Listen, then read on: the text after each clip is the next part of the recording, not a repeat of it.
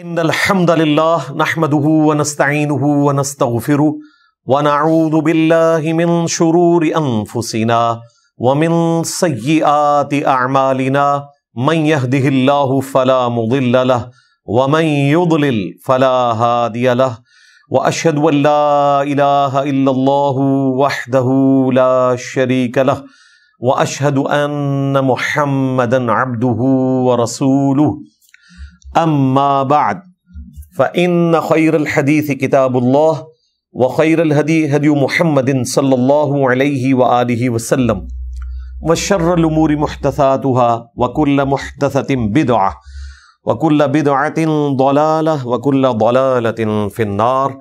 أعوذ بالله السميع العليم من الشيطان الرجيم من همزه ونفخه ونفثه. بسم الله الرحمن الرحيم. رب اشرح لي صدري ويسر لي امري واحلل عقدة من لساني يفقهوا قولي. بسم الله الرحمن الرحيم. ان الله وملائكته يصلون على النبي يا ايها الذين آمنوا صلوا عليه وسلموا تسليما. اللهم صل على محمد وعلى آل محمد كما صليت على إبراهيم وعلى آل إبراهيم إنك حميد مجيد. اللهم بارك على محمد وعلى آل محمد كما باركت على إبراهيم وعلى آل إبراهيم إنك حميد مجيد. اللهم ربنا آتنا في الدنيا حسنة وفي الآخرة حسنة وقنا عذاب النار. ربنا آتنا من لدنك رحمة وهيئ لنا من أمرنا رشدا. لا إله إلا أنت سبحانك إني كنت من الظالمين. حسبنا الله ونعم الوكيل. يا حي يا قيوم برحمتك أستغيث ولا حول ولا قوة إلا بالله العلي العظيم. آمين. الحمدللہ آج انشاءاللہ تعالی ہم سورۃ الانبیاء سورت نمبر 21 سے سٹارٹ کریں گے. آج پارہ نمبر 17 کا بھی آغاز ہو رہا ہے اور پہلی سورت الانبیاء ہے. قرآن حکیم میں اس کا نمبر 21 ہے اور یہ مکی صورتوں میں سے ایک صورت ہے. اور مکی صورتوں کا جو اسلوب ہے وہ عقیدہ توحید سے متعلق ہے، فکر آخرت سے متعلق ہے. اس میں بھی اسپیسیفکلی آخرت میں اللہ تعالیٰ جو انسانوں کو اٹھائے گا اس کے حوالے سے ڈسکشن ہے. اور مختلف انبیاء کرام علیہ السلام سے متعلق جو ان کو مختلف قوموں میں بھیجا گیا، ان کے جو حالات و واقعات مختلف جگہ قرآن پاک میں رپورٹ ہوئے، کمبائنڈ فارم میں آپ کو یہاں پر ملیں گے. اسی نسبت سے اس کا نام سورۃ الانبیاء ہے. اس میں حضرت ابراہیم علیہ السلام کا ذکر خیر بھی ملے گا، عیسیٰ علیہ السلام کا، سیدہ مریم کا اور باقی انبیاء کرام کا. بعض کا نام آیا ہے، بعض کا تھوڑا تفصیلی ذکر آیا ہے. اور کنکلوژن اس کی اللہ کے محبوب صلی اللہ علیہ وآلہ وسلم کو جو اللہ تعالیٰ نے ٹائٹل دیا وما ارسلناک الا رحمۃ للعالمین، اس پہ جا کر یہ سورت کنکلوڈ ہوگی. انبیاء کرام علیہ السلام سے متعلق عقیدہ کیا ہونا چاہیے اور انبیاء کرام کا اپنا کیا عقیدہ ہوتا تھا، یہ دونوں چیزیں اس سورت کے اندر بیان ہوگی. عام آدمی جس نے قرآن کبھی ترجمے سے نہیں پڑھا، اس سے اگر پوچھا جائے کہ سورۃ الانبیاء میں کیا ہوگا تو عموماً جو آپ کو ان پڑھ جاہل قسم کے لوگ علماء میں سے بھی اور واعظین میں سے بھی، وہ آپ کو یہی کہتے سنائی دیں گے کہ جی اس میں انبیاء کرام کی خوبصورتی کا بیان ہوگا، ان کی آنکھیں کیسی تھیں، ان کے بالوں کا رنگ کیسا تھا. وہ اس قسم کی باتیں بیان کرتے ہیں اور ممبروں سے کرتے ہیں. سورۃ الانبیاء سے بہتر اور کوئی صورت نہیں ہے بات بتانے کے لیے کہ انبیاء سے متعلق آپ کا کیا عقیدہ ہونا چاہیے اور انبیاء کا عقیدہ توحید اپنا کیا تھا. یہ دونوں باتیں اس میں بیان ہوئی ہیں. اور ہمارے سب کانٹیننٹ میں جو دین تصوف نے عقائد کی خرابی پروپیگیٹ کر دی ہے، اس کی جڑ کاٹنے کے لیے ایک سورت کافی ہے، چھوٹی سی سورت ہے، اور عقیدہ توحید کو بھی واضح کرے گی، انبیاء کرام علیہم السلام کے اپنے سٹیٹس کو بھی واضح کرے گی کہ انبیاء کے بارے میں آپ نے کیا عقیدہ رکھنا ہے، ان کو منی گاڈ نہیں بنانا، اور انبیاء کرام ہر مشکل، ہر پریشانی میں اپنے رب کی طرف رجوع لاتے تھے۔ اس کا ذکر بھی آپ کو اس میں ملے گا۔ یہ ڈومیننٹ چیز ہے سورۃ الانبیاء کے حوالے سے۔ سٹارٹ ہی میں آپ کو نبی اسلام کا جو ذکر خیر ہے، آپ کی جو دعوت توحید ہے، اس کے مقابلے پر مشرکین عرب نے جو آپ کو رسپانس کیا اور جو آپ کے لیے غلط زبان استعمال کی، آپ علیہ السلام کو جو طعنے دیے، اور اس پر جو اللہ تعالیٰ کا جواب ہے، شروع کی چند آیات میں ہی آپ کو عقیدہ کلیئر ہو جائے گا۔ اس عقیدے کا کوئی لینا دینا نہیں ہے دین تصوف میں پھیلائے گئے عقیدوں سے، جن میں پیغمبر منی گاڈ ہوتا ہے، کوئی بزرگ بابا جو ہے وہ منی رسول ہوتا ہے، اور ان کے علماء جو ہیں وہ منی صحابی ہوتے ہیں، یعنی اس طرح ان کو ٹائٹل دیے ہوتے ہیں انہوں نے، اور ایسے مرتبے دیے ہوتے ہیں۔ یہ سٹارٹ ہی میں آپ کو بالکل کلیئر ہو جائے گا۔ اعوذ باللہ من الشیطان الرجیم، بسم اللہ الرحمن الرحیم۔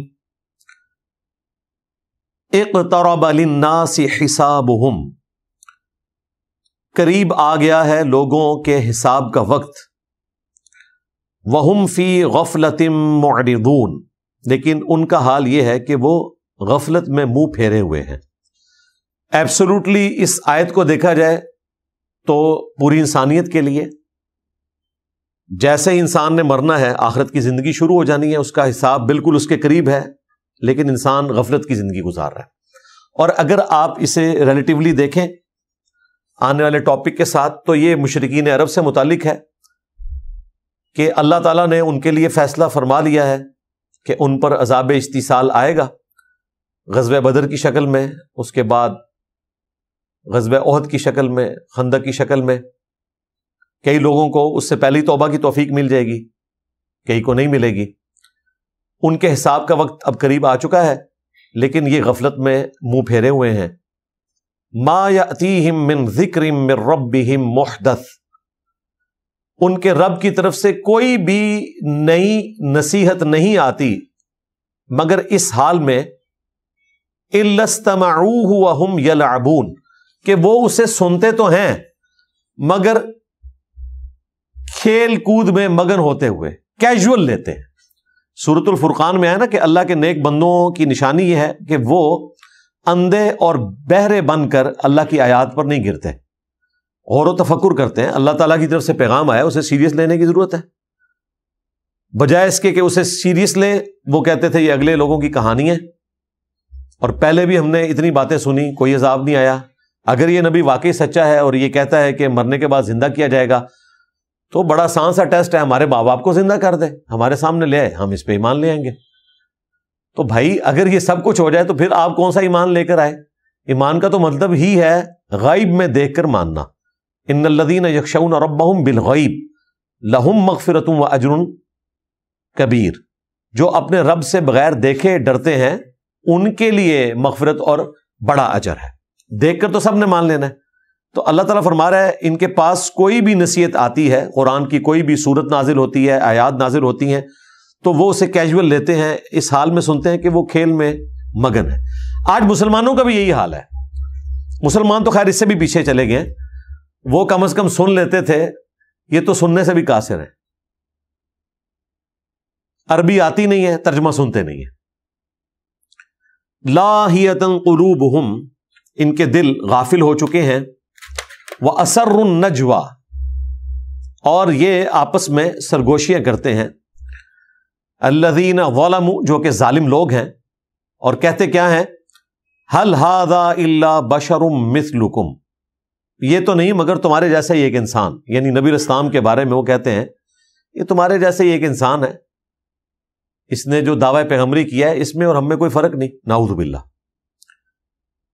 افتأتون السحر وانتم تبصرون، کیا تم پیروی کرو گے اس جادو کی جس کو تم اپنی آنکھوں سے دیکھ رہے ہو کہ یہ جادو کر رہا ہے, اس میں کوئی حقیقت نہیں ہے, تو آنکھوں سے دیکھنے کے باوجود تم اس سحر کی پیروی کرنا شروع کر دو گے. وَلِعَوْذُ بِاللَّهِ تعالی. یہ نبی علیہ السلام کے لیے وہ غلط کلمات استعمال کرتے تھے. اس کے بعد بھی کافی ساری چیزیں آئیں گی, لیکن اس میں غور طرف بات یہ ہے کہ ان کی بات سچ ہے لیکن اس کا اینگل انہوں نے غلط دیا ہوا ہے. یہ بات تو سچ ہے کہ نبی علیہ السلام بھی انسان ہی تھے. سورہ بنی اسرائیل میں آیا کہ اگر زمین پر فرشتے آباد ہوتے تو ہم فرشتوں میں سے پیغمبر بھیجتے. اب چونکہ انسان آباد ہیں تو انسانوں میں سے پیغمبر آئے گا, بات سچ ہے. لیکن بظاہر تو یہ ہماری طرح کے انسان ہیں, اس میں کوئی شک نہیں ہے.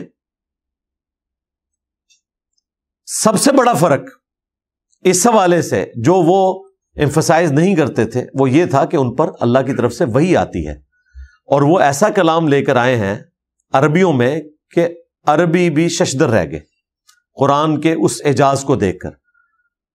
اسی وجہ سے جو لوگ حق سے غافل تھے انہوں نے یہ کہنا شروع کر دیا گویا کہ نبی علیہ السلام جادو کر دیتے ہیں لوگوں کے اوپر. جو بھی سنتا ہے وہ آپ پر ایمان لے آتا ہے اگر وہ سلیم الفطرت ہوا. اگر بےایمانی پہ اترا ہوا ہے تو اس کے لیے قرآن میں کوئی ہدایت نہیں. سیدھی سی بات ہے, قرآن میں ہدایت اس کے لیے جو واقعی ہدایت قبول کرنا چاہے. صحیح مسلم میں جو دماد نامی ایک عامل کا ذکر ملتا ہے, اردو میں ہم زماد کہتے ہیں, عربی میں دماد ضاد کے ساتھ. وہ جھاڑ پھونک کا کام کرتا تھا.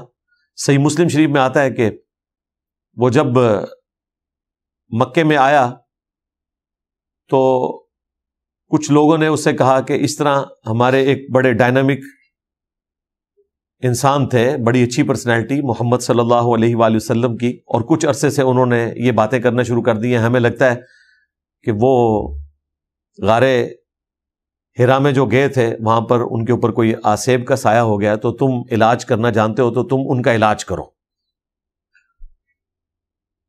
کوئی جادو ہو گیا ان کے اوپر یا آسیب آ گیا. صحیح مسلم کے الفاظ ہیں کہ وہ نبی علیہ السلام کے پاس آیا تو اس نے کہا کہ اے محمد اگر آپ چاہیں تو میں آپ کا علاج کر سکتا ہوں, آپ بتائیں کہ آپ کیا دعوت رکھتے ہیں, میں آپ کی بات سننا چاہتا ہوں تاکہ میں جج کروں. تو نبی علیہ السلام نے ابھی قرآن تلاوت نہیں کیا, آپ نے صرف خطبے کے سٹارٹ کے الفاظ اس کے سامنے تلاوت کیے. ان الحمد للہ نحمدہ ونستعینہ ونستغفرہ ونعوذ باللہ من شرور انفسنا ومن سیئات اعمالنا. یہ خطبہ جو میں سٹارٹ میں پڑھتا ہوں. اس نے کہا کہ ایک دفعہ مجھے دوبارہ سنائیں. دوبارہ سنا تو اس نے کہا میں گواہی دیتا ہوں کہ آپ اللہ کے رسول ہیں. یہ کلام ایسا کلام ہے ہی نہیں ہے. ابھی قرآن نہیں پڑھا تھا, صرف خطبے کے الفاظ. اور ظاہر اس میں تو دعوت تھی نا, آپ نے گاڈ اورینٹڈ ہونا ہے. ساحروں کی گفتگو اس قسم کی تو نہیں ہوتی, شاعروں کی گفتگو اس قسم کی تو نہیں ہوتی. وہ تو خوابوں کی دنیا میں رہتے ہیں, وہ تو عشق مجازی کا شکار ہوئے رہتے ہیں. یہ تو گاڈ اورینٹڈ چیز, اور وہ بھی اتنی پروفیشن کے ساتھ, وہ ایمان لے آیا.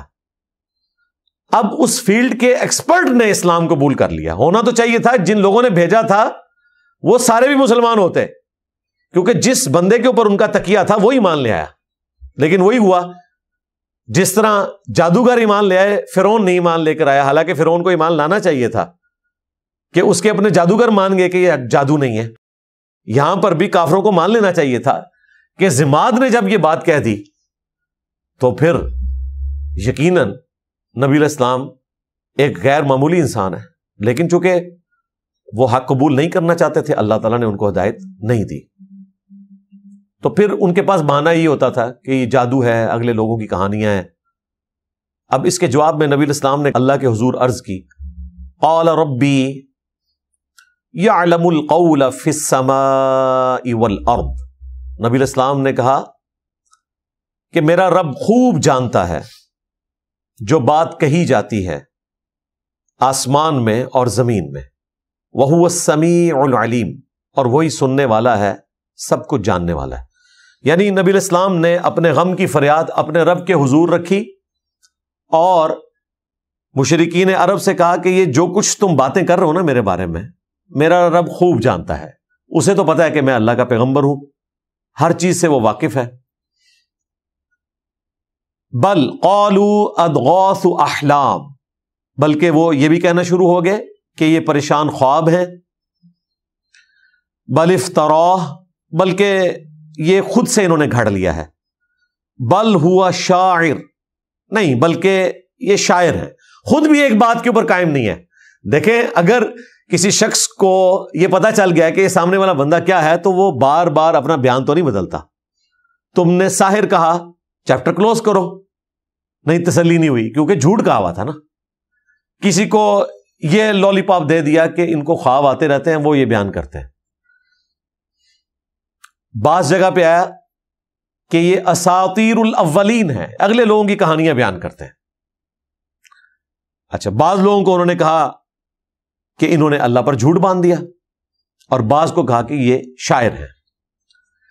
اب اتنے زیادہ بیانات، جادوگر، دیوانہ، اگلے لوگوں کی کہانیاں، پریشان خواب، جھوٹ گھاڑ لیا ہے، شاعر ہیں، مجنون ہیں. یعنی یہ 7 تو میں نے انگلیوں پہ آپ کو گنوا دی گالیاں جو وہ دیا کرتے تھے اپنے نظام میں. اب اس کے اگینسٹ نبی الاسلام کو نبوت ثابت کرنے کے لیے وہ ڈیمانڈ کیا رکھ رہے ہیں؟ فَلْيَأْتِنَا بِآیَةٍ كَمَا أُرْسِلَ الْأَوَّلُونَ. اگر واقعی یہ پیغمبر ہے نا تو یہ اس طرح کے معجزات کیوں نہیں لے کر آتا جو معجزات اگلے لوگوں کو، اگلے پیغمبروں کو دیے گئے تھے. یعنی یہ ہمیں خود ہی بتاتا ہے کہ موسیٰ علیہ السلام کے پاس عصا کا معجزہ تھا، وہ اژدہا بن جاتا تھا. عیسیٰ علیہ السلام مردوں کو زندہ کر دیتے تھے. تو اس قسم کا کوئی معجزہ یہ ہمیں بھی کر کے دکھائے، ہم مان لیں گے. اچھا، یہاں تک اگر بات دیکھی جائے تو لاجیکلی ان کی بات درست ہے کہ جو پیغمبر عوام کے سامنے اگلے انبیاء کے واقعات بیان کر کے اور ان کے معجزات بتا کر دعوی نبوت کر رہا ہے، تو اس کا منطقی نتیجہ یہ ہے کہ اس کے مخاطبین اس سے کہیں کہ اچھا یہ جو آپ بتا رہے ہیں آپ بھی کر کے بتائیں نا، تو ہم آپ پر ایمان لے آئیں گے. تو یہ ڈیمانڈ کوئی غلط نہیں تھی ان کی، لیکن اللہ کا فیصلہ کچھ اور تھا. اللہ تعالیٰ نے اس کے جواب میں کیا فرمایا؟ اس جگہ پر ہر جگہ جواب ڈفرنٹ آئے گا. یہاں پر کیا جواب آیا؟ ما آمنت قبلہم من قریۃ اہلکناہا. ان سے پہلے جو بستیاں ہلاک کر دی گئیں ان کے رہنے والے بھی ایمان نہیں لے کر آئے تھے. افہم یؤمنون، تو کیا اب یہ لوگ ایمان لے آئیں گے؟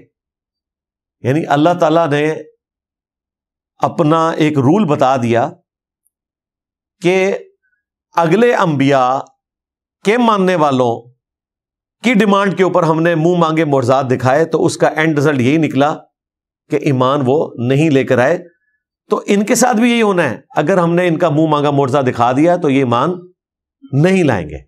لیکن اس کے بعد رزلٹ کیا نکلے گا؟ وہ سورہ بنی اسرائیل میں اللہ تعالیٰ نے جب 9 معجزات کا ذکر کیا جو نبی علیہ السلام سے وہ ڈیمانڈ کرتے تھے، انہوں نے ایک پوری لسٹ ان کو پیش کی تھی کہ آپ آسمان پر چڑھ کر بتائیں، ہمارے سامنے چڑھیں اور ہمارے سامنے آپ کتاب لے کر اتریں، ہم مان لیں گے. آپ کا کوئی باغ ہو جس میں آپ نہریں رواں کر دیں، آپ کا سونے کا کوئی گھر ہو، اس قسم کی وہ ڈیمانڈ کرتے تھے. اس کے جواب میں اللہ تعالیٰ نے فرمایا کہ تم فرماؤ کہ میں بشر ہوں، رسول ہوں، میرا کام دعوت حق پیش کرنا ہے، یہ معجزات اللہ کے پاس ہے. اور پھر کئی جگہ پر قرآن پاک میں اس بات کا جواب اللہ تعالیٰ نے اس طریقے سے دیا کہ اگر ہم ان کو منہ مانگا معجزہ دکھا دیں گے پھر ان کے لیے وقت مقرر کر دیا جائے گا، پھر یہ توبہ نہیں کر سکتے، اگر ایمان نہیں لائیں گے تو ہلاک کر دیے جائیں گے، جس طرح کے اگلے لوگ ہلاک کر دیے گئے. سورۃ المائدہ کے اینڈ میں بھی آتا ہے نا، جب عیسیٰ علیہ السلام کے ماننے والوں نے کہا نا کہ آپ آسمان سے ہمارے لیے کھانا نازل ہونے کی دعا کریں، تو عیسیٰ علیہ السلام نے کیا کہا تھا کہ اگر تمہیں یہ منہ مانگا معجزہ دکھایا گیا اور یہ کھانا نازل ہوا اور پھر جس نے انکار کیا پھر اللہ تعالیٰ کی طرف سے عذاب آئے گا. یہ اللہ تعالیٰ نے فرمایا کہ میری طرف سے اعلان ہے، ان کو سنا دو. تو یہ اللہ تعالیٰ کا قانون ہے کہ جب منہ مانگا معجزہ پورا کیا جائے، اس پر انکار آئے تو پھر اللہ تعالیٰ اس قوم کو ہلاک کر دیتا ہے۔ لہٰذا یہ اللہ تعالیٰ کی رحمت ہے کہ منہ مانگا معجزہ نہ دکھایا جائے۔ رہا یہ وسوسہ آنا کہ ہو سکتا ہے کہ وہ ایمان لے آئیں، تو بھائی پورا ٹریک ریکارڈ ہے، لوگ ایمان نہیں لے کر آئے۔ سورۃ الانعام میں، سورہ الحجر میں اللہ تعالیٰ نے فرمایا کہ اگر ہم ان کی آنکھوں کے سامنے آسمان سے قرآن کو نازل کرتے تختیوں کے اوپر، اور یہ نازل ہوتا ہوا دیکھ لیتے، اور اس لکھی ہوئی کتاب کو اپنے ہاتھوں سے چھو بھی لیتے، تب بھی انہوں نے یہ کہنا تھا کہ ہماری آنکھوں پر جادو کر دیا گیا۔ یعنی دل بے ایمان تھے اجتا ڈھیر۔ آپ یہ نہ سمجھیں کہ اگر ان کی وہ ڈیمانڈ پوری کی جاتی تو انہوں نے مان لینا تھا، بالکل نہیں ماننا تھا۔ کیا جادوگروں کے ایمان لانے کے بعد فرعون نے مان لیا تھا کہ میرے ایکسپرٹس نے ڈکلیئر کر دیا ہے کہ یہ جادو نہیں ہے، یہ پیغمبر ہے؟ نہیں مانا۔ تو یہ اللہ کی رحمت ہے، منہ مانگا معجزہ نہ دکھانا۔ اگر منہ مانگا معجزہ دکھا دیا جائے تو پھر اللہ تعالیٰ کا عذاب آ جاتا ہے، اور پھر وہ عذاب ٹلتا نہیں ہے۔ اگر کوئی اس وقت توبہ بھی کرے، اس کی توبہ قبول نہیں ہے۔ یہی بات اللہ تعالیٰ نے یہاں کی۔ کیا ان سے پہلے لوگ جن کو ہم نے ہلاک کیا، ان قوموں کو، وہ ایمان لے آئے تھے جو یہ ایمان لے آئیں گے؟ اب اس سے یہ بھی پتہ چل گیا کہ نبی علیہ السلام کو اللہ تعالیٰ نے کافروں کو دکھانے کی خاطر اس قسم کا کوئی معجزہ نہیں دیا جو کافر ڈیمانڈ کیا کرتے تھے۔ لہذا یہ دعویٰ کرنا کہ عبد القادر جیلانی نے مردہ زندہ کیا، اور اس میں یہ رنگ بھرنا کہ چونکہ حضرت عیسیٰ علیہ السلام نے مردہ زندہ کیا تھا تو اس امت کے اولیاء جو ہیں وہ بنی اسرائیل کے پیغمبروں کی طرح ہیں، یہ کوئی آیت حدیث نہیں ہے، یہ ایک آپ سمجھ لیں قرآن و حدیث سے ڈڈکٹ ہوئی ہے بات، اور وہ صرف علماء کے لیے نہیں ہے، یہ پوری امت ہی نبیوں والا کام کر رہی ہے۔ کنتم خیر امت اخرجت للناس تأمرون بالمعروف وتنہون عن المنکر۔ یہ پوری امت ختم نبوت کی برکت سے نبیوں والا کام کر رہی ہے۔ اس اعتبار سے پوری امت بنی اسرائیل کے پیغمبروں کی طرح ہے، کام کرنے کے اعتبار سے۔ مرتبے کی نہیں بات ہو رہی، یہ ذہن میں رکھیے گا۔ انبیاء کے مرتبے کو کوئی نہیں پہنچ سکتا، کام کرنے کے اعتبار سے۔ اب جن کی پرائمری رسپانسبلٹی تھی دعوت حق پیش کرنا، یعنی کہ اللہ کے محبوب صلی اللہ علیہ وآلہ وسلم، ان کے مخالفین جو تانا دیا کرتے تھے، اس تانے کو ختم کرنے کے لیے بھی اللہ تعالیٰ نے نبی علیہ السلام کو عصا کا معجزہ یا مردہ زندہ کرنے کا معجزہ نہیں دیا۔ تو عبد القادر جیلانی تو شاہی کوئی نہیں، یہ ساری سٹوریاں، کہانیاں بنائی ہوئی ہیں۔ پھر عبد القادر جیلانی کو بھی جسٹیفائی کرنے کے لیے نبی علیہ السلام سے متعلق بھی ایک جھوٹا واقعہ مشہور کر دیا کہ ایک صحابی کے بچے نے جو ہے وہ دوسرے بچے کو ذبح کیا، اور پھر نبی علیہ السلام کی دعوت کو جابر بن عبداللہ کی طرف منسوب ایک توبہ توبہ توبہ ہے۔ قرآن تو بالکل اور بات کر رہا ہے۔ پھر ہمارے جو خادم رضوی صاحب تھے وہ کہتے ہیں جی ممتاز قادری جو ہے وہ اپنی ایمبولینس سے باہر نکل آیا، اور قبر پہ گئے تو 2 تلواریں اٹھائے ہوئے باہر نکل آیا، اور جیسے ہی پولیس والے قریب آئے تو ڈر کے پھر دوبارہ لیٹ گیا۔ یہ میں کہہ رہا ہوں، پوری دنیا نو بریلوی کر لو یار، اس طرح کا منظر دکھا کے سب جھوٹ ہے۔ اس طرح نہیں ہو سکتا بھائی۔ اگر نبی علیہ السلام کو وہ معجزات نہیں دیے گئے نا تو باقیوں کو تو دینے کی ضرورت ہی نہیں ہے نا۔ باقیوں کو منوانا تو نہیں ہوتا، اللہ نے منوانا صرف پیغمبر کو ہوتا ہے۔ پیغمبر کے بعد کرامت کا کانسیپٹ یہ ہے کہ اللہ تعالیٰ کسی پہ کرم کرتا ہے، کوئی کر کے نہیں کچھ دکھا سکتا۔ یہ ذہن میں رکھیے گا کہ میں یہ کرنے لگا ہوں یا میں یہ کر سکتا ہوں، یہ صرف نبی کہہ سکتا ہے، وہ بھی اتنا جتنا اللہ اس کو بتائے، کیونکہ نبی کو منوانا ہوتا ہے، غیر نبی کو تو نہیں منوانا ہوتا۔ تو نبی علیہ السلام کے بارے میں کافر اتنی بڑی بڑی باتیں کر رہے ہیں، اور اس کی کنکلوژن اس اعتبار سے کر رہے ہیں کہ اچھا تو واقعی اگر نبی ہے نا، تو شاعر نہیں ہے، تجھے پریشان خواب نہیں آتے، تو نے اللہ پر جھوٹ نہیں باندھا، تو اگلے لوگوں کی کہانیاں بیان نہیں کرتا، تو جادوگر نہیں ہے، تو مجنون نہیں ہے، تو ٹھیک ہے جو تو نے خود معجزات بیان کیے نا ان میں سے کوئی ایک معجزہ کر کے دکھا دے۔ نہیں، سورۃ الانعام میں اللہ تعالیٰ نے فرمایا اے نبی ہم نے تو معجزہ نہیں دکھانا جو یہ ڈیمانڈ کر رہے ہیں، تم سے ہو سکے تو زمین میں کوئی سرنگ تلاش کر لو یا آسمان پہ سیڑھی لگا دو، اور کوئی معجزہ لے آؤ اور اے نبی جاہلوں میں نہ ہو. اتنے سخت الفاظ ہیں. یہ قرآن ہے بھائی, یہ کتابوں کا خدا ہے, یہ بابوں کا خدا نہیں ہے, یہ بابوں کا پیغمبر نہیں ہے, یہ بابوں کا دین نہیں ہے, یہ کتابوں کا دین ہے جو واقعی صحیح بات اللہ تعالیٰ کی طرف سے انسانیت کو پہنچائی گئی ہے. تو کلیئر کٹ اللہ تعالیٰ نے فرمایا کہ چونکہ اگلے لوگ ایمان نہیں لے کر آئے تھے, یہ بھی نہیں لائیں گے, لہٰذا ان کے لیے یہ ہے کہ انہیں ڈھیل دی جائے اور منہ مانگا معجزہ نہ دکھایا جائے. سورۃ الانبیاء کی 6 آیات پوری ہوئی ہیں اور مسلمانوں کی اکثریت کا عقیدہ, اس کا جنازہ نکل گیا کہ اس عقیدے کا کوئی لینا دینا نہیں ہے قرآن و سنت کے عقائد کے ساتھ. سورۃ الانبیاء یہ پڑھ کے بتا دیتے تو انہیں پتا چل جاتا کہ انبیاء کا کیا سٹیٹس ہے. اس کے جواب میں اگر یہ قرآن کی آیات آدھی پڑھی جائیں اور ان سے پوچھا جائے کہ بتاؤ پھر اللہ نے کیا جواب دیا ہوگا, تو یہ تو آپ کو یہی بتائیں گے کہ اللہ تعالیٰ نے پھر معجزات دے دیے ہوں گے. تو ایسا نہیں ہوا. سورۃ العنکبوت میں اللہ تعالیٰ نے فرمایا کہ اے نبی اس قرآن کے نزول سے پہلے نہ تو آپ کتاب میں سے کچھ پڑھ سکتے تھے, نہ اپنے دائیں ہاتھ سے کچھ لکھ سکتے تھے, ورنہ یہ چیز کافروں کو شک میں مبتلا کر دیتی کہ یہ کتاب آپ نے خود لکھ لی ہے.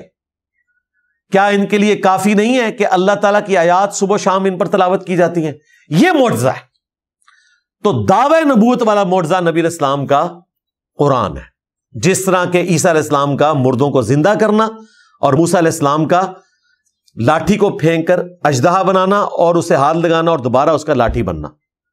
اس طریقے پہ نبی علیہ السلام کا معجزہ یہ قرآن ہے. یہ سورۃ العنکبوت میں اور کئی صورتوں میں ذکر ہوا, اور نبی علیہ السلام نے تو بالکل کھول کر اس کو مزید بیان کیا. بخاری مسلم میں حدیث ہے, اللہ تعالیٰ نے ہر نبی کو کوئی نہ کوئی معجزہ دیا تھا. یہ معجزہ تو ہم ویسے علم الکلام میں استعمال کرتے ہیں, قرآن و سنت میں اس کے لیے ٹرم آتی ہے آیتن. یہاں پر بھی دیکھ لیں, فَلْيَأْتِنَا بِآیَةٍ, نشانی, معجزہ عقل کو عاجز کر دینے والی چیز, فزیکل فینامنا آف نیچر کو توڑنے والی چیز, اس لیے ہم یہ معجزہ کی ٹرم استعمال کرتے ہیں. ویسے اس کے لیے ٹرم ہے آیا, نشانی. تو اللہ تبارک و تعالیٰ نے نبی علیہ السلام کو قرآن کا معجزہ دیا. بخاری مسلم میں اس حدیث میں آتا ہے کہ ہر نبی کو معجزہ دیا, مجھے اللہ تعالیٰ نے وحی کا معجزہ دیا ہے. میں اللہ سے امید کرتا ہوں قیامت کے دن سب سے زیادہ متبعین میری امت سے ہوں گے, کیونکہ اللہ تعالیٰ نے مجھے ایک یونیک معجزہ دیا ہے, وحی کا معجزہ. اور وہ بخاری مسلم میں آتا ہے کہ جنتیوں کا نصف امت محمدیہ سے ہے صلی اللہ علیہ وآلہ وسلم, کیونکہ معجزہ سب سے بڑا ہے. لاجیکلی اس سے بیسٹ کوئی آپشن ہو نہیں سکتا تھا. ختم نبوت کے بعد اگر انسانی ہسٹری نے ہزاروں سال تک چلنا ہے اور کسی پیغمبر نے نہیں آنا, اور اس آخری پیغمبر نے قیامت تک کے لیے پیغمبر ہونا ہے, تو اس کا لازمی نتیجہ ہے کہ اس کا معجزہ بھی پھر قیامت تک زندہ رہے. یہ ختم نبوت کا تقاضا تھا, اور وہی اللہ نے کیا کہ اس کتاب کو محفوظ کر دیا. انا نحن نزلنا الذکر وانا لہ لحافظون, بے شک اس الذکر اللہ کی یاد دہانی کروانے والی کتاب کو ہم نے نازل کیا, ہم ہی اس کی حفاظت کرنے والے. اگلی کتابوں کی حفاظت اس لیے نہیں ہوئی کہ کتابیں بدلتی تھی تو نیا پیغمبر آ جاتا تھا اور بتا دیتا تھا کہ یہ گڑبڑ ہو گئی ہے, یہ ٹیمپر ہو گیا. اب چونکہ پیغمبر نے نہیں آنا, ختم نبوت ہو چکی ہے, اب بھی اگر کتاب بدل جاتی تو ہم سارے جنتی ہو جاتے. ہمارے پاس سب سے بڑا بہانہ آ جاتا کہ یا اللہ ہمارے پاس تو پیغمبر بھی کوئی نہیں, اور پیغمبر جو کتاب چھوڑ کر گئے تھے وہ تبدیل ہوگی, ہم کہاں سے ہدایت حاصل کرتے. اس لیے اللہ تعالیٰ نے اس کتاب کو محفوظ کیا. یہ قیامت تک کے لیے نبی علیہ السلام کا معجزہ ہے. 2 خصوصیات ہیں رسول اللہ کی ایسی جو آپ کو ممتاز کرتی ہیں باقی انبیاء سے. ویسے تو بہت ساری ہیں, یہ ڈومیننٹ. ایک آپ علیہ السلام کا معجزہ کتاب کی شکل میں ہے, اگلے انبیاء والا معجزہ نہیں ہے. ویسے آپ کے معجزات بخاری مسلم میں رپورٹ ہوئے, کبھی مبارک انگلیوں سے پانی کے چشمے جاری ہوئے, لیکن وہ صرف صحابہ کے اندر, ان کے ایمان میں اضافے کے لیے. یہ کبھی نہیں ہوا کہ آپ نے کافروں کو کہا ہو کہ یہ دیکھو میں اپنی انگلیوں سے پانی کے چشمے جاری کرنے لگا ہوں. میں آپ کو دعوے سے کہتا ہوں کہ یہ اتنا بڑا معجزہ تھا کہ شاید چند لوگوں کی قسمت بدل جاتی, لیکن اللہ نے کہا کہ ان کی مرضی کا میں نے معجزہ بتانا ہے, ان کے سامنے نہیں ہوگا. ہاں, یہ جتنے معجزات آئے ہیں یہ مسلمانوں کے سامنے ہوئے ہیں. مسلم شریف میں آیا کہ 2 درخت اپنی جڑوں سے اکھڑے نبی علیہ السلام کے اشارہ کرنے پہ, اور وہ مل گئے. نبی علیہ السلام رفع حاجت کے لیے اس کے پیچھے گئے اور پھر دوبارہ سے وہ اپنی جگہ پر چلے گئے. صحیح بخاری میں آیا کہ عبداللہ ابن مسعود کہتے ہیں ہم حضور کے ساتھ بعض اوقات کھانا کھاتے تھے تو لقمے میں سے اللہ کی تسبیح کی آواز آتی تھی. اسی طریقے سے صحیح بخاری میں آیا نبی علیہ السلام کو ملنے کے لیے اصحاب آئے, آپ نے ان کو ایک لاٹھی دی جو ٹارچ کی طرح روشن ہو گئی, اور جب وہ ایسی پگڈنڈی پر پہنچے جہاں سے راستہ مختلف تھا تو اس کے پھر 2 حصے ہو گئے, آدھی روشنی ان کے ساتھ چل پڑی, آدھی ان کے ساتھ. تو اس طرح کے معجزات نبی علیہ السلام کی مبارک زندگی میں صحابہ کے ساتھ بھی ہوئے ہیں, لیکن وہ صحابہ کی کرامت نہیں ہے, نبی علیہ السلام کا معجزہ ہے. صحیح بخاری میں آیا کہ ایک صحابی جن کو کافروں نے قید کر دیا تھا, ان کے لیے انگوروں کا ایک خوشہ آ گیا اور وہ کھا رہے تھے, اور جن لوگوں نے قید کیا وہ ایک دم پریشان ہو گئے. اللہ تعالیٰ کی طرف سے غیبی مدد آئی. صحیح بخاری میں آتا ہے ایک صحابی کو جب بے دردی سے شہید کیا گیا, ان کی لاش کی حفاظت کے لیے بہت زیادہ بھیڑیں آ گئیں, مکھیاں, شاید کی مکھیاں یا دوسری, اور ان کی لاش کی بے حرمتی نہیں ہونے دی. دوسری طرف حضرت حمزہ کی لاش کی بے حرمتی ہوگی. تو اللہ تعالیٰ جب چاہتا ہے اس طرح کی چیزیں دکھاتا ہے. نبی علیہ السلام کی مبارک زندگی میں جو صحابہ کرام کے ساتھ اس قسم کے واقعات ہیں نا, وہ نبی علیہ السلام کے معجزات ہیں. آپ کے دنیا سے جانے کے بعد صرف معجزہ یا کرامت یہ ہے کہ کوئی شخص دعا کرے اور اللہ تعالیٰ اس کی دعا قبول کر لے, اور وہ بھی فزیکل فینامنا کے اندر اندر. ہاں, یہ ذہن میں رکھیے گا.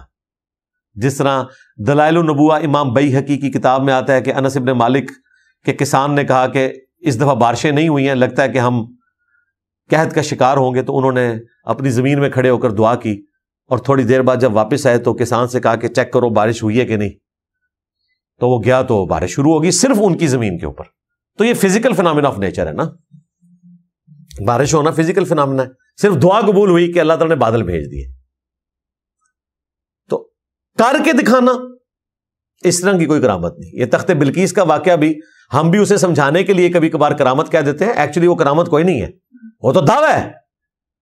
وہ اسی طریقے سے ہے جس طرح میں دعویٰ کروں کہ میں آپ کو بلٹ ٹرین میں 1 گھنٹے کے اندر اندر یہاں سے کراچی بھجوا سکتا ہوں اگر بلٹ ٹرین ہو, اور میں اسے پورا کر دوں. تو ظاہر ہے یہ ایک فزیکل علم ہے. ہاں, بغیر کسی ریسورس کے, بغیر کسی علم کے کوئی شخص خامخواہ دعویٰ کرتا رہے تو وہ پاسبل نہیں ہے. کرامت اور معجزہ دعویٰ کر کے نہیں ہوتا. معجزہ تو کسی حد میں ہو سکتا ہے کہ جہاں اللہ تعالیٰ اجازت دے نبی کو, اور وہ بھی جتنی اجازت دے. موسیٰ علیہ السلام کو صرف یہ پتا تھا کہ اس لاٹھی نے اژدہا بننا ہے, یہ نہیں پتا تھا کہ لاٹھی میں پانی میں ماروں تو راستہ بن جائے گا. وہ عین اس وقت وہی آئی تو پتا چلا کہ اچھا یہ کام بھی یہ لاٹھی کر سکتی ہے. اور پہلی دفعہ جب یہ ہوا تھا موسیٰ علیہ السلام تو ڈر کے خود بھاگ گئے تھے, قرآن میں آتا ہے. خود تو انہوں نے کیا نہیں تھا, ورنہ بھاگتے تو نہ. تو معجزہ بھی صرف اس حد تک ہے کہ اللہ تبارک و تعالیٰ کسی نبی کو دے اور اسے اجازت دے تب, ادروائز خود سے کوئی نہیں کر کے دکھا سکتا. تو نبی علیہ السلام کے جتنے فزیکل فینومینا آف نیچر کو توڑنے والے معجزات ہیں یہ سب کے سب مسلمانوں سے متعلق ہے. ایک نشانی ایسی ہے جو بالکل سٹارٹ میں آئی, وہ چاند کا 2 ٹکڑے ہونا تھا, دیٹس آل. باقی جتنے فزیکل فینومینا آف نیچر کو توڑنے والے معجزات ہیں وہ صحابہ کرام کے درمیان ہیں. آپ کی دعا کی برکت سے 10 بندوں کا کھانا 300 بندوں نے کھا لیا اور اتنا ہی رہا, بخاری مسلم میں آتا ہے. یہ بس صحابہ کرام میں رہا, کافروں کے لیے نہیں. تو نبی علیہ السلام کی 2 خصوصیات کیا ہیں؟ آپ کا معجزہ اگلے انبیاء والا نہیں, دعوی نبوت والا قرآن ہے, چونکہ آپ کی نبوت قیامت تک کے لیے. اور دوسری خصوصیت, اگلے انبیاء کا انکار کرنے پر اللہ کی طرف سے آسمان سے عذاب آتا تھا, چنگھاڑ کی شکل میں, پتھروں کی بارش کی شکل میں, سمندر میں غرق ہونے کی شکل میں, وبائی امراض کی شکل میں. لیکن نبی علیہ السلام کے کیس میں اس طرح کا کوئی عذاب نہیں آیا. اگر آیا تو قتال کی شکل میں آیا, جو قرآن میں سورہ توبہ میں آیا کہ ہم مسلمانوں کے ہاتھوں سے ان کو عذاب دیں گے. تھوڑی بہت آزمائشیں آئیں قحط سالی کی شکل میں, بخاری میں آتا ہے, اور نبی علیہ السلام سے وہ دعا بھی کرواتے تھے. لیکن جو بڑے لیول کا عذاب ہے وہ قتال کی شکل میں اللہ تعالیٰ نے صحابہ کرام کی تلوار کو مسلط کیا. یعنی قرآن اور قتال یہ نبی علیہ السلام کی دو خصوصیات ہیں ایکویلنٹ ٹو اگلے انبیاء کے. وہاں پر اللہ کی طرف سے عذاب استیصال آتا تھا اور فزیکل فنامنا آف نیچر کو توڑنے والے معجزات دیے جاتے تھے. نبی علیہ السلام کو عذاب استیصال قتال کی شکل میں دیا گیا مخالفین کے اوپر، اور قرآن کی شکل میں قیامت تک کے لیے معجزہ دیا گیا. آج عیسیٰ علیہ السلام کا معجزہ کوئی دکھا نہیں سکتا، نہ اس کی کوئی ویڈیو موجود ہے. موسیٰ علیہ السلام کے معجزے کی ویڈیو موجود نہیں ہے. ہم ان معجزات کو برحق سمجھتے ہیں قرآن کے کہنے کے اوپر.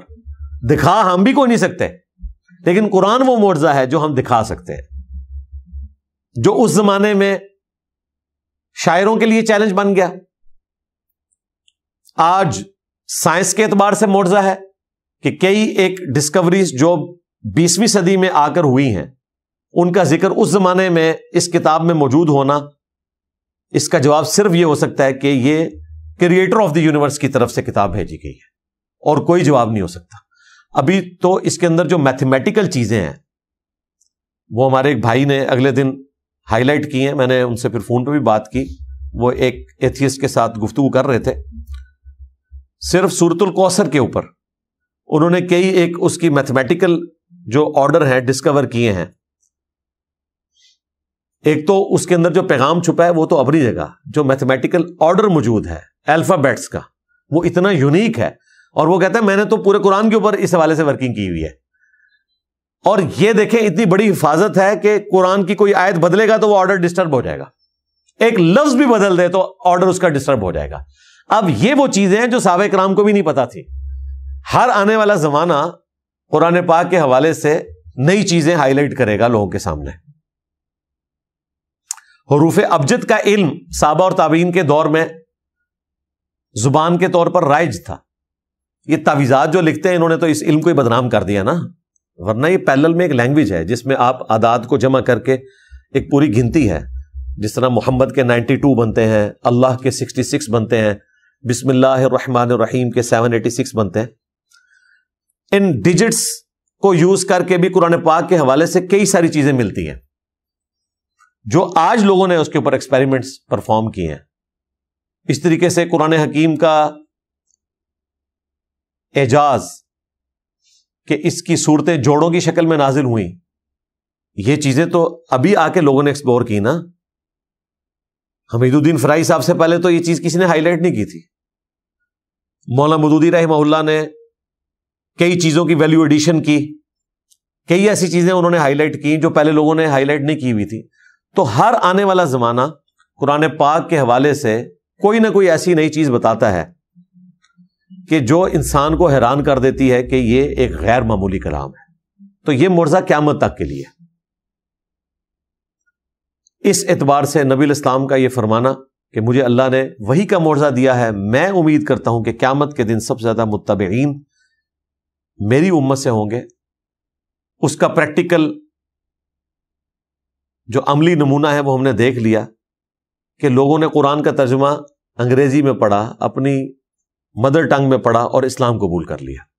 نبی علیہ السلام کو دنیا سے گئے ہوئے 1400 سال سے زیادہ گزر چکے ہیں. قرآن کی دعوت الحمدللہ اسی طریقے سے شد و مد کے ساتھ جاری ہے، اور یہ ہے اصل میں انقلاب جو دن بدن بڑھتا چلا جا رہا ہے. جب مسلمانوں کی امپائرز ختم ہو گئی تھیں، دنیا میں کوئی حکومت باقی نہیں رہی، اس وقت بھی یہ انقلاب تھا. آج اللہ تعالیٰ نے 58 اسلامک کنٹریز ہمیں دے دیے، انقلاب آج بھی اسی طریقے سے. کل کوئی ملک ختم بھی ہو جائے، نبی علیہ السلام کا انقلاب گلی گلی اسی طریقے سے پوری دنیا میں جاری ہے. یہ ہے لیگیسی، جو لیگیسی کسی اور شخص نے نہیں چھوڑی. وَمَا أَرْسَلْنَا قَبْلَكَ إِلَّا رِجَالًا نُوحِي إِلَيْهِمْ، اور ہم نے آپ صلی اللہ علیہ وآلہ وسلم سے پہلے کوئی بھی پیغمبر نہیں بھیجا مگر یہ کہ وہ مرد ہی تھا اور اس کی طرف ہم نے وحی بھیجی. فَاسْأَلُوا أَهْلَ الذِّكْرِ إِن كُنتُمْ لَا تَعْلَمُونَ، اگر تمہیں علم نہیں ہے تو اہل ذکر سے پوچھ لو. یعنی مشرکین عرب سے کہا جا رہا ہے اگر تمہارے پاس علم نہیں ہے تو جیوز اور کرسچنز کے علماء جن کے پاس الہامی کتابوں کا علم ہے ان سے پوچھ لو کہ نبی علیہ السلام سے پہلے بھی جو پیغمبر آئے وہ انسان ہی ہوا کرتے تھے. تمہارا یہ اعتراض کرنا کہ یہ ہماری طرح کا انسان ہے، تو اگلے انبیاء بھی انسان ہی ہوا کرتے تھے اور مرد ہوا کرتے تھے. عورتوں میں کوئی پیغمبر نہیں آیا، انسانوں کی اسپیشیز سے ہی پیغمبر آئے.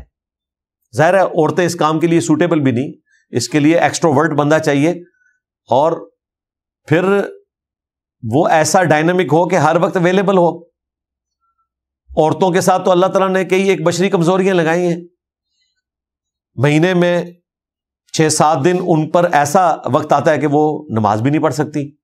اللہ تعالیٰ کی طرف سے ایک ان کے لیے ریلیکسیشن ہے، اور وہ مسجد میں بھی نہیں جا سکتی.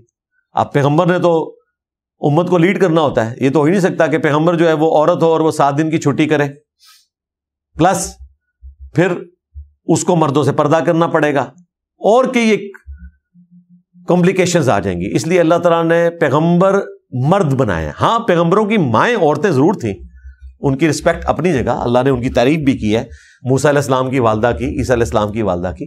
لیکن پیغمبر مرد ہی ہوں گے اور انسانوں کی اسپیشی سے ہوں گے. اگر تمہیں علم نہیں ہے تو اہل علم سے پوچھو. رسول اللہ کے اوپر یہ بہتان لگانا کہ چونکہ یہ انسان ہے لہذا انسان ہے تو جھوٹ بول رہے ہیں، انہیں خواب بھی آتے ہیں پریشان، یہ شاعر ہیں، اگلے لوگوں کی کہانیاں بیان کرتے ہیں، تو یہ غلط ہے. انسان ضرور ہیں، اور وہ اس لیے کہ تم انسان ہو، اور انسان انسانوں کو فالو کر سکتے ہیں. آئیڈیل انسانوں کے لیے انسانوں میں سے ہی ہو سکتا ہے، لیکن مرتبے کا جو معاملہ ہے، اللہ کے ساتھ جو ان کا تعلق ہے، اس میں کوئی انسان کے برابر نہیں ہو سکتا. وحی کا آنا ہی بہت بڑا ڈفرنس ہے. تو اگلے انبیاء کے ماننے والوں کے پاس کتاب کا علم ہے، ان سے پوچھ لو اگر تمہارے پاس علم نہیں ہے. اب یہ مشہور آیت کا حصہ ہے جو اکثر لوگ پیش کرتے ہیں، فَاسْأَلُوا أَهْلَ الذِّكْرِ إِن كُنتُمْ لَا تَعْلَمُونَ، اور پھر تختہ مشق مجھے بنانا شروع کر دیتے ہیں. کہتے ہیں جی دیکھیں جی انجینئر صاحب سے آپ کیوں پوچھتے ہیں، اہل ذکر سے پوچھیں. اور بھائی انجینئر صاحب بھی اہل ذکر سے ہی پوچھتے ہیں. میں نے قرآن کا ترجمہ لکھ کر آپ کے حوالے نہیں کیا، ہم آپ کو آپ کے مولویوں کا ترجمہ پڑھنے کا کہتے ہیں. لیکن آپ کے مولوی اگر اپنا ترجمہ لکھ کے اس پہ عمل نہیں کر رہے تو آپ ان سے جا کے پوچھیں. اور ترجمے کی حد تک تو ٹھیک ہے، تفسیر میں 1000 کے قریب آیات قرآن پاک کی سائنٹیفک فیکٹس اور فزیکل فینومینا آف نیچر کے اوپر ہیں، اور مولوی کو تو سائنس کی الف بے بھی نہیں آتی. مولوی تو آپ کو بتا رہے ہیں زمین ساکن ہے، اور اس کو قرآن سے ثابت کر رہے ہیں، یعنی قرآن کو جھوٹا ثابت کرنے کی کوشش کر رہے ہیں. یہ قرآن جو زمین ساکن کہتا ہے تو اس سے مراد یہ ہے کہ اس کو رہنے کے قابل بچھونا بنایا ہے. کل فی فلک یسبحون، یہ نہیں ان کو نظر آتا کہ تمام اجرام فلکی جو ہیں وہ اس کائنات میں تیر رہے ہیں، گھوم بھی رہے ہیں اور ریوالو بھی کر رہے ہیں، روٹیٹ بھی کر رہے ہیں، ریوالو بھی کر رہے ہیں، اپنے محور کے گرد بھی اور دوسرے آبجیکٹس کے گرد بھی. اب تو کہکشاؤں کا بھی پتہ چلا ہے کہ وہ بھی پوری کہکشائیں بھی گھوم رہی ہیں، وہ بھی اپنی ٹریولنگ کے اوپر ہیں. تو ہمارے علماء کا تو یہ حال ہے. تو اہل ذکر اس فیلڈ کے ایکسپرٹ ہوں گے. اگر ایمبریولوجی کا کوئی مسئلہ آئے گا تو آپ اس فیلڈ کے بندے سے پوچھیں گے، جیولوجی کا مسئلہ آئے گا اس فیلڈ کے بندے سے پوچھیں گے. تو اہل ذکر سے مراد علماء نہیں ہیں، اس فیلڈ کے ایکسپرٹ ہیں. ایون علماء بھی ان سے ہی سیکھ کر آپ کو بیان کر رہے ہوتے ہیں. سورج گرہن اور چاند گرہن کا قرآن و سنت میں تو صرف ذکر ملتا ہے، اس کی ریزن تو نہیں بتائی گئی. یہ تو سائنس نے ہمیں بتایا نا کہ جب چاند سورج اور زمین کے درمیان آ جاتا ہے اور سورج کی روشنی زمین تک نہیں پہنچتی تو سورج کو گرہن لگ جاتا ہے. یہ قرآن و سنت میں تو نہیں لکھا ہوا تھا، وہ تو نشانی کے طور پر بیان ہوا ہے. اب یہ بات جب ہم بیان کرتے ہیں تو سائنٹسٹ کی ڈسکوری ہے، انہوں نے ہر چیز فلما کے بھی بتا دی، اور اس کے بعد جتنا کچھ ہوا وہ تو ایک الگ سے ٹاپک ہے. کس طریقے سے آئنسٹائن نے اپنی آفس کی چیئر پہ بیٹھ کے جو میتھمیٹیکل ایکویشنز ڈرائیو کی، آج 100 سال کے بعد فزیکلی ہمیں وہ چیزیں پتہ چل رہی ہیں جو اس بندے نے اس وقت کائنات میں اللہ تعالیٰ کی ہینڈ رائٹنگ یعنی میتھمیٹکس کے ذریعے کیا کچھ دریافت کر لیا تھا. دیکھا نہیں تھا، پریڈکٹ کر دیا تھا کہ ایسا ہوگا. تو یہ اللہ تعالیٰ نے اپنا علم اپنے بندوں کو سکھایا ہے. تو اہل ذکر فزکس کی فیلڈ کے اندر آئنسٹائن، نیوٹن، یہ لوگ ہیں، اسٹیفن ہاکنگ، یہ لوگ ہیں. وہاں کوئی مفتی اعظم سعودیہ یا مفتی اعظم پاکستان تو نہیں ہوگا. تو اہل ذکر ہر جگہ موجود ہے. اس میں پھر وہ اپنے اماموں کو بھی داخل کرنا شروع کر دیتے ہیں کہ جی اماموں سے پوچھیں گے. جائیں جی پوچھ لیں اماموں، کو واٹس ایپ کریں اور ان سے پوچھیں کہ ویڈیو کیمرہ حلال ہے یا حرام، تو امام تو پہلے آپ سے پوچھیں گے کہ ویڈیو کیمرہ ہوتا کیا ہے، انہیں تو یہ پہلے بتانا پڑے گا۔ جن کو ہم بتا رہے ہیں کہ یہ ہوتا ہے، انہوں نے ہمیں مسئلہ کہاں سے بتانا ہے؟ ہم ان کے کسی فوت شدہ امام سے واٹس ایپ کے ذریعے اگر رابطہ کرنے میں کامیاب ہو جائیں اور اس سے پوچھیں کہ کینگرو حلال ہے یا حرام، تو وہ تو ہم سے یہ پوچھے گا بھی کینگرو کسے کہتے ہیں، تو جس نے ہم سے پوچھنا ہے تو پھر ہم ہی کیوں نہ بتا دیں۔ تو یہ اجتہاد کا دروازہ قیامت تک کے لیے کھلا ہوا ہے۔ اماموں سے آپ نے یہ پوچھنا ہے کہ اللہ رسول نے کیا بتایا صلی اللہ علیہ وآلہ وسلم، ان سے یہ نہیں پوچھنا کہ آپ کا خیال کیا ہے۔ اپنا خیال صرف وہ اس حد تک دے سکتے ہیں جہاں قرآن و سنت میں کوئی واضح گائیڈ لائنز نہیں ہے، اور وہ بھی ان کے زمانے سے متعلق۔ آج کے زمانے سے متعلق جو چیزیں ہیں وہ آج کے لوگ آپ کو بتائیں گے۔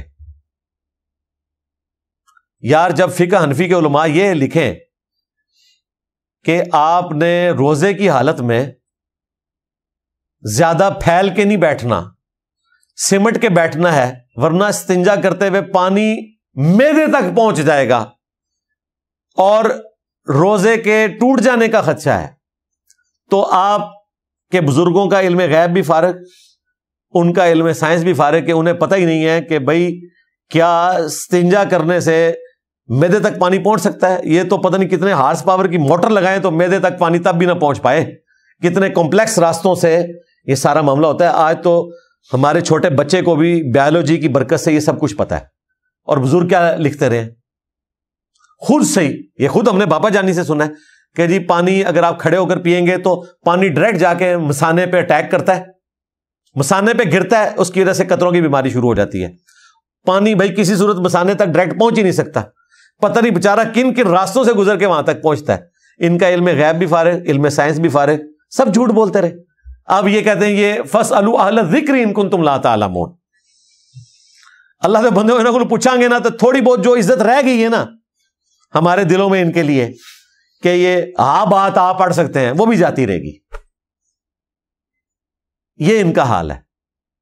تو اہل ذکر سے مراد ہے اس فیلڈ کے ایکسپرٹ، وہ بتائیں گے، اور پریکٹیکلی یہی کر رہے ہیں۔ آپ کو بتاتے ہیں کہ گھٹنے میں درد ہو تو ہاتھ رکھ کے پڑھیں دادا صاحب کی گھوڑی، اور اپنا حال یہ ہے کہ وہ کہتے ہیں کہ ڈاکٹروں نے مجھے مشورہ دیا، باپا جانی فرماتے ہیں، پھر میں نے مفتی صاحب سے بھی پوچھا۔ اچھا مفتی صاحب نے انہیں یہ مشورہ نہیں دیا کہ باپا جان آپ اپنے والا دم اپنے اوپر کریں دادا صاحب کی گھوڑی، مفتی صاحب نے بھی کہا کہ اچھا ڈاکٹر کہہ رہے ہیں تو آپ بیٹھ کر جو ہے وہ کرسی پہ بیٹھ کے کھانا بھی کھا سکتے ہیں اور نماز بھی پڑھ سکتے ہیں۔ اس کا مطلب ہے کہ غوث وقت تو پھر ڈاکٹر ہوئے، جن کے پاس ڈگری کوئی نہیں ہے اس فیلڈ کے اندر وہ غوث وقت ہے۔ پھر آپ کو یہ صحیح بات بتائیں گے کہ اپنی اپنی فیلڈ کے اندر ہر بندہ جس فیلڈ کا ایکسپرٹ ہے وہ آپ کو بتائے گا، بالکل ہم بھی یہی کہتے ہیں، لیکن وہ بتائے ایمانداری کے ساتھ۔ ڈاکٹر تو پھر بھی ایمانداری سے بتاتے ہیں نا، سر درد کے لیے آپ جائیں تو سارے ڈاکٹرز آپ کو پیناڈول بتاتے ہیں۔ آج تک ایسا نہیں ہوا کہ آپ کو سر درد ہو اور کوئی بندہ کہے کہ میں نے آپ کا دایاں پاؤں کاٹ دینا ہے یا یہ بائیں ہاتھ کی چھوٹی انگلی کاٹنی ہے تو سر درد آرام آ جائے گا۔ سارے ایک ہی بات کرتے ہیں، لیکن مولوی ایک بات نہیں کرتا۔ ایک کہتا ہے کہ اگر امام کے پیچھے سورہ فاتحہ پڑھو گے تو تمہارے منہ میں انگارہ رکھ دیا جائے، اس سے بہتر ہے۔ دوسرا کہتا ہے فاتحہ نہیں پڑھو گے تو نماز نہیں ہوگی، یعنی ایک پیناڈول کی گولی بتا رہا ہے آپ کو، دوسرا کہہ رہا ہے تیرا پاؤں کاٹوں گا۔ ہم کہتے ہیں کہ اسے امام مانو جس کی قبر مدینے میں صلی اللہ علیہ وآلہ وسلم۔ تو اہل ذکر سے مراد اہل علم ہے، بشرطے کہ وہ قرآن و سنت کی روشنی میں آپ کو بات بتائیں اور وہ بات سٹرونگ بھی ہو۔ رہا اجتہاد تو اس میں آپ کے پاس اللہ تعالیٰ نے یہ ایک خوبصورتی والا معاملہ امت کے لیے رکھا ہے کہ جو رائے آپ کو بہتر لگے آپ عمل کر سکتے ہیں، اس کے اوپر آپ کے اوپر کوئی گرفت نہیں ہوگی۔ وَمَا جَعَلْنَاهُمْ جَسَدًا لَا يَأْكُلُونَ الطَّعَامَ، اور ہم نے ان انبیاء کے جسم ایسے نہیں بنائے تھے کہ وہ کھانا نہ کھاتے ہوں۔ وَمَا كَانُوا خَالِدِينَ، اور نہ ہم نے ان کو ایسا بنایا تھا کہ وہ ہمیشہ دنیا میں رہتے۔ لو جی یہ 8ویں آیت آئی ہے اور عقیدہ بالکل کنکلوڈ ہو گیا ہے۔ اللہ تعالیٰ فرما رہا ہے کہ کوئی نبی ہم نے ایسا نہیں بنایا کہ جس کا جسم کھانے کا محتاج نہ ہو۔ اور کوئی نبی ایسا نہیں بنایا کہ جو دنیا میں ہمیشہ زندہ رہے. اگر انبیاء کا یہ سٹیٹس ہے تو باب تشائی کوئی نہیں. آپ کو کہتے ہیں جی بابا دھنکا جو ہے وہ 21 سال تک بغیر کھائے پیے زندہ رہا. آپ دیکھیں بابا دھنکا, اس کا جسم اللہ نے ایسا بنایا کہ وہ 21 سال تک کوئی چیز کھا پی نہیں رہا. اور اللہ تعالیٰ انبیاء کے بارے میں کہہ رہا ہے کہ ہم نے کوئی نبی ایسا دنیا میں نہیں بھیجا کہ جس کا جسم ایسا بنایا ہو کہ وہ کھانے سے آزاد ہو, کھانا کھائے گا, اور نہ وہ ہمیشہ دنیا میں رہنے والے تھے, موت بھی آئے گی. اب مجھے بتائیں کتابوں کا دین لینا ہے یا بابوں کا دین لینا ہے؟ کتابوں کا دین تو یہ ہے. عیسیٰ ابن مریم کے بارے میں تو کلیئر کٹ آیا نا کہ عیسیٰ اور ان کی ماں کھانا کھایا کرتے تھے. ایسوں کو پوجتے ہو جو نہ تمہارے نقصان کے مالک ہیں نہ نفع کے.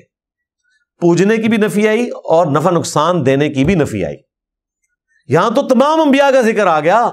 کوئی نبی بھی نہیں ہم نے بھیجا ایسا کہ جس کا جسم کھانے کا محتاج نہ ہو, یا وہ ایسا ہو اس کا جسم کہ وہ پوری زندگی قیامت تک زندہ رہے. نہیں, دنیا سے سب چلے گئے. اس کے بعد پھر یہ کہنا کہ جی یہ بزرگ فوت نہیں ہوتے, پردہ فرما جاتے ہیں. بھائی پردہ فرما جاتے ہیں تو زندہ آدمی تو اپنی شلوار تو نہیں اتارنے دیتا, تو ان بزرگوں کی شلواریں کیوں اتارتے ہو غسل دینے کے لیے؟ بابا جی کو کہا کرو اٹھو تو غسل کرو, سیدھی سی بات ہے. زندہ آدمی اپنی تہمت اتارنے دیتا ہے؟ تو عبد القادر جیلانی کی شلوار جس بندے نے اتاری ہے تو کتنا بڑا گستاخ تھا وہ. اس کا کام تھا کہ وہ کہتا کہ حضرت آپ تو پیر روشن ضمیر ہیں, آپ نے قیامت تک کے لیے زندہ رہنا ہے, آپ نے تو پردہ فرمایا, تو چپ کر کے اپنی عزت بچاؤ, تو آپ جا کے غسل کرو. شلوار بھی ان کی اتاری, قمیض بھی اتاری, غسل دیا. ٹھیک ہے جی, اور وہ بالکل سنت کے مطابق غسل دیا. وہ تو نبی اسلام کا خاصہ ہے نا. مولا علی نے کہا کہ میں نے جب نبی اسلام کے پیٹ مبارک پہ ہاتھ پھیرا تو اللہ کے نبی جو ہیں وہ دنیا میں بھی پاک تھے اور وفات کے بعد بھی پاک ہی تھے. آپ کے جسم سے کوئی فضلہ وغیرہ نہیں نکلا, ہر بندے کا نکلتا ہے. اور نبی الاسلام کے کپڑے بھی نہیں اتارے گئے غسل دینے کے لیے. صحابہ کرام کو اونگ آئی, ابو داؤد ترمذی میں آتا ہے, اور اللہ تعالیٰ نے خواب میں انہیں دکھایا کہ نبی الاسلام کو ان کے کپڑوں سمیت غسل دو. یہ آپ کا پروٹوکول تھا. تو اس میں نے کہا تھا ہمارا امام وہ ہے کہ جسے کپڑوں سمیت غسل دیا گیا, اور تم ان اماموں کے ماننے والے ہو کہ جن کی شلواریں اتاری گئی. لوگ کہتے ہیں جی سب بڑی گستاخی کر دی. گستاخی کے سچ بولنا گستاخی ہے؟ یہ میں نے ان کا کوئی مذاق نہیں اڑایا. آپ کو ان کی اوقات بتائیے کیا ہے جن کے بارے میں آپ کہتے ہیں کہ یہ پردہ فرماتے ہیں, ان کو موت نہیں آتی ہے, یہ روحانی طور پر پردہ کر جاتے ہیں, یہ زندہ ہیں ایکچولی. تو زندہ بندہ تو بھائی یہ کام نہیں کرتا. اور نہ ایسا ہوتا ہے کہ اس کے مرنے کے بعد اس کی بیوی کسی اور کے ساتھ شادی کر لے. ان سارے زندوں کی بیویوں نے دوسری شادیاں کی ہوئی ہیں. صحابہ کرام کے کئی شہداء ہیں, ان کی بیویوں نے دوسری تیسری شادیاں کی ہیں. صحیح بخاری میں آتا ہے. جعفر بن ابی طالب جو حضرت علی کے بھائی تھے نجاشی کے دربار میں, جنہوں نے سورہ مریم پڑھی تھی, وہ غزوہ موتا میں شہید ہوئے. جعفر طیار رضی اللہ تعالیٰ عنہ کی بیوی تھی اسما بنت امیس رضی اللہ تعالی عنہما وعلیہم السلام. ان سے شادی کی حضرت ابوبکر نے, ان سے محمد بن ابی بکر پیدا ہوئے. جب حضرت ابوبکر فوت ہوئے حضرت علی نے شادی کر لی اور محمد بن ابی بکر کی پرورش بھی کی, اور اپنے جو بھتیجے تھے حضرت جعفر کے بیٹے عبداللہ بن جعفر, ان کی بھی تربیت کی. حالانکہ حضرت جعفر طیار شہید ہوئے تھے. شہید کی بیوہ کو تو پھر زندہ ہونے کی وجہ سے نکاح نہیں کرنا چاہیے. وہ زندگی اور ہے, یہ زندگی اور ہے.